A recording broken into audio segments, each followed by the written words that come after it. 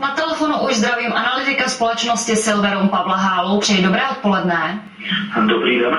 Zaměříme se více na drahé kovy. Který z hlavních drahých kovů má v nejbližších letech největší potenciál podle vás? Tak já už dlouhodobě mluvím o tom, že největší potenciál má stříbro. Těch důvodů, nebo když to srovnám s těmi ostatními kovy, tak zlato to se obecně je v celku jiné. A platina a paládium, tady by se mohlo zdát, že obecně paládium například roste mnohem rychleji ještě než stříbro.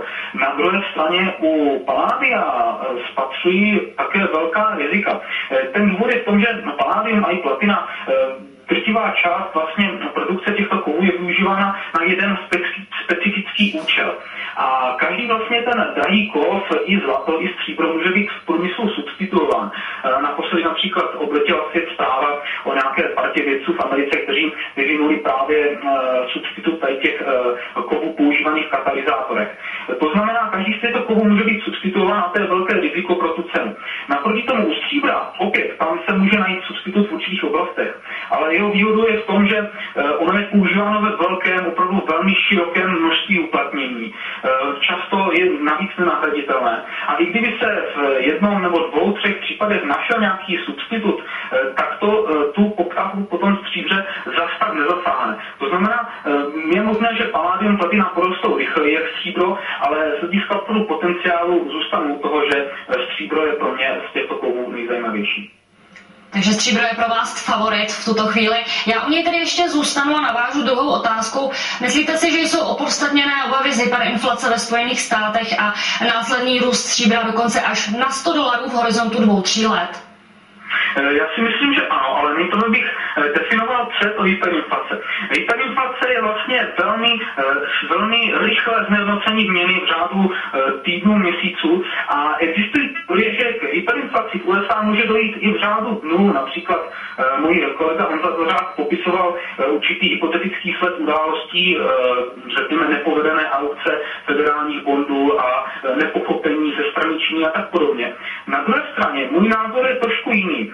Já si myslím, že v USA, ale všude po světě, oni tu inflaci potřebují. Oni jsou, ty státy jsou velmi zadlužené, potřebují, aby ty splátky jejich dluhů byly co nejmenší.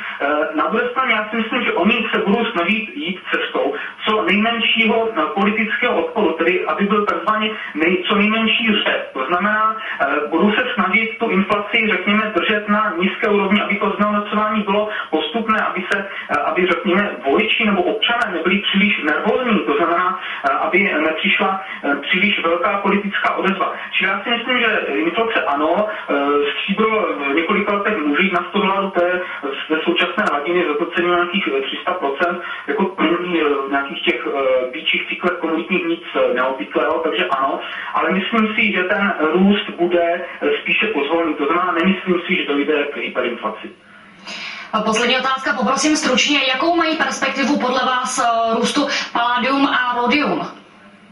Tak tyto kovy jsem už trochu popsal v té první otázce. Oni mají velkou perspektivu růstu, protože ten jejich trh je velmi malý, ještě menší než například u stříbra.